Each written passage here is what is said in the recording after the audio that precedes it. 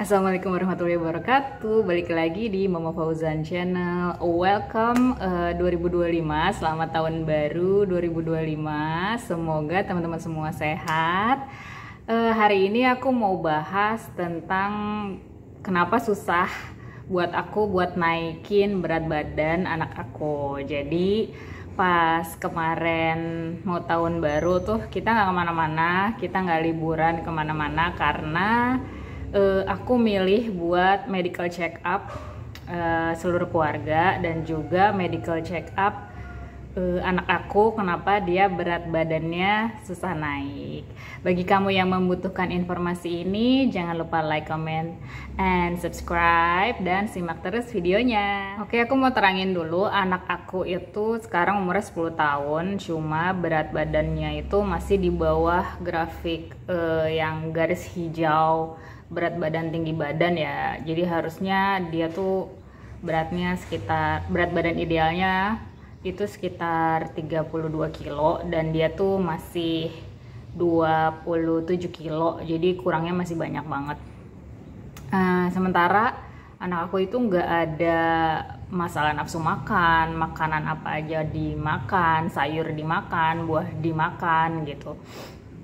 Minum susu dia kurang suka, that's why kayak aku diskusi nih sama temen aku nih kira-kira dia kenapa. Terus temen aku ngusulin untuk ke dokter imunologi karena aku udah pernah ke dokter gizi, ke dokter nutrisi dan metabolik di rumah sakit Primaya dengan dokter Yulia. Cuma itu kita dikasih kayak makanan tambahan susu Fresubin gitu. Itu kan susu sih, itu kayak makanan tambahan tapi bentuknya cair gitu. Dan itu dia kurang suka rasanya dan akhirnya nggak dilanjutin. Waktu minum susu Fresubin itu naik berapa ya? Paling naik setengah kilo aja. Dan dalam setahun tuh dia cuma naik 1,5 kilogram gitu. Sementara yang dikejar tuh harusnya sekitar 4 atau 5 kilo.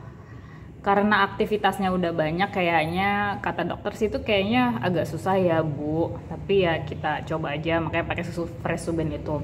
Dan aku sekarang berpikir bahwa aku gak mau lanjutin kayak minum susu Fresubin itu dan berusaha mencari tahu akar permasalahannya kenapa anak aku susah gemuk gitu. Terus aku pergi ke dokter imunologi dan alergi dan tes alergi. Ternyata dia banyak banget alerginya. Dan sekarang akhirnya anak aku ikut terapi alergi dengan namanya metode bioresonansi gitu. Nanti aku akan update terus ke kalian apakah terapi ini ngaruh atau enggak. Jadi karena harganya cukup pricey ya. Jadi satu paket 10 kali itu harganya 3 juta rupiah. Dan kalau misalnya kalian mau terapi per kedatangan itu 350.000 rupiah, dan karena mahal mending kalian ya lihat-lihat dulu dari pengalaman aku ya.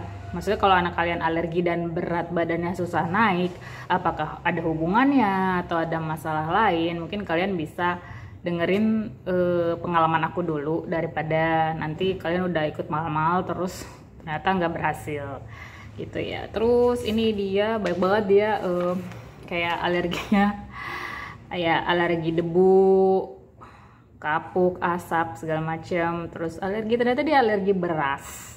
Jadi dia cuma bisa beras basmati. Anak aku cuma bisa beras basmati, beras yang Arab gitu loh, yang buat makan nasi kebuli. Nah dia cuma bisa makan itu.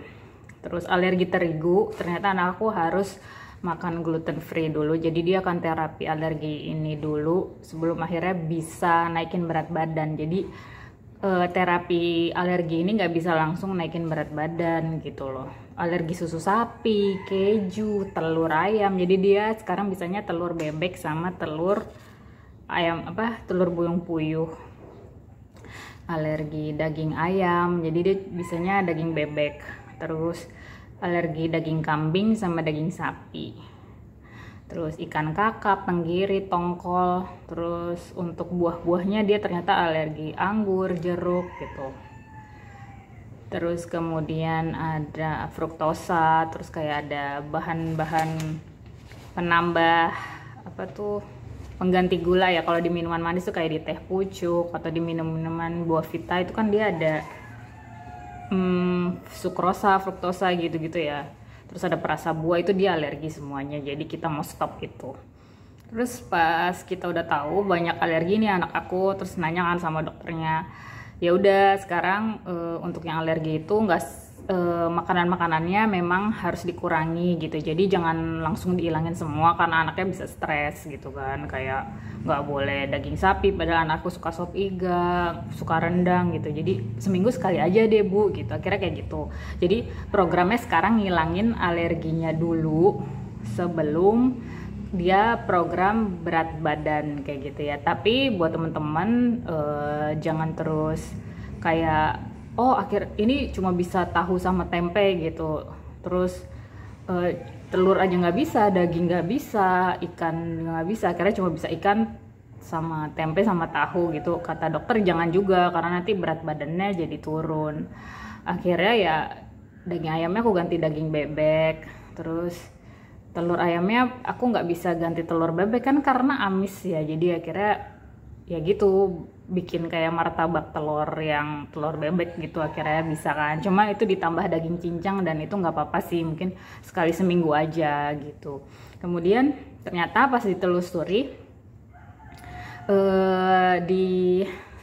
pakai alat bioresonansi itu ketahuan nih ada permasalahan penyerapan nutrisi makanan di usus. Jadi di anak aku tuh dia ada masalah penyerapan nutrisi yang disebabkan oleh enzimnya. Enzimnya itu nggak semua berproduksi atau dia berproduksi tapi sedikit. Itu kita juga lagi cari tahu kenapa. That's why ada enzim yang harus diminum sebelum makan, yaitu ada basic enzim. Aku kasih linknya di video ini ya, aku kasih linknya kalau misalnya kalian ada permasalahan yang sama. Ternyata enzim-enzim yang bekerja untuk memecah nutrisi dalam makanan dan kemudian diserap oleh usus itu nggak ada. Jadi that's why kenapa anak aku makannya banyak,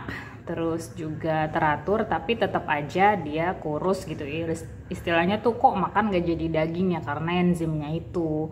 Dan diresepkan enzim itu 2 bulan untuk minumnya. Nanti aku akan update lagi setelah 2 bulan seperti apa ya.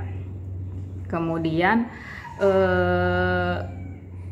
kalian kalau mau nanya, oh mau periksa di mana? Nah ini aku periksa di Mardidian Pratiwi, tempat terapi di Ruko Pulau Mas ya. Di situ ada dokternya. Kalian bisa nanti akan diperiksa pakai mesin bioresonansi gitu. Jadi ini dia anaknya nggak disuntik, nggak dicukil-cukil kayak di Prodia gitu, nggak kayak di tempat lab gitu yang anaknya kan sakit ya kalau diambil darah atau dicukil gitu lah, yang kayak kalian tes alergi biasa. Tapi ini enggak, jadi cuma disambungin kabel ke perut, terus anaknya sambil tiduran dan ada kayak antenanya. Jadi ini tuh pakai frekuensi. Jadi ada frekuensi yang misalnya tidak cocok, itu artinya anaknya alergi terhadap alergen itu gitu caranya. Jadi nyaman dan aman banget kalau buat anak-anak gitu. Nah, untuk suplemennya apa aja selain enzim? Ternyata diresepin juga untuk minum vitamin D 5000 IU. Ini aku kaget karena aku sendiri cuma makan 2000 IU kan. Terus kata dokternya, aduh bu jadi apa cuma 2000 IU. Ini anak aku butuhnya 5000 IU dan sekarang musim hujan dan imunnya harus bagus ya, karena kalau misalnya sakit nanti berat badannya malah turun lagi. That's why diresepin si vitamin D3 itu. Dan vitamin D3 itu temennya adalah K2, zinc sama magnesium. Jadi aku cari juga multivitamin yang ada magnesiumnya, K2 terus zincnya gitu. Aku semuanya linknya aku kasih di bawah ya, karena ini penting buat anak-anak yang memang alergian gitu, dikit-dikit sakit atau berat badannya susah naiknya kayak gitu. Dan aku akan bahas terapi alergi ini di video kedua gitu ya. Terus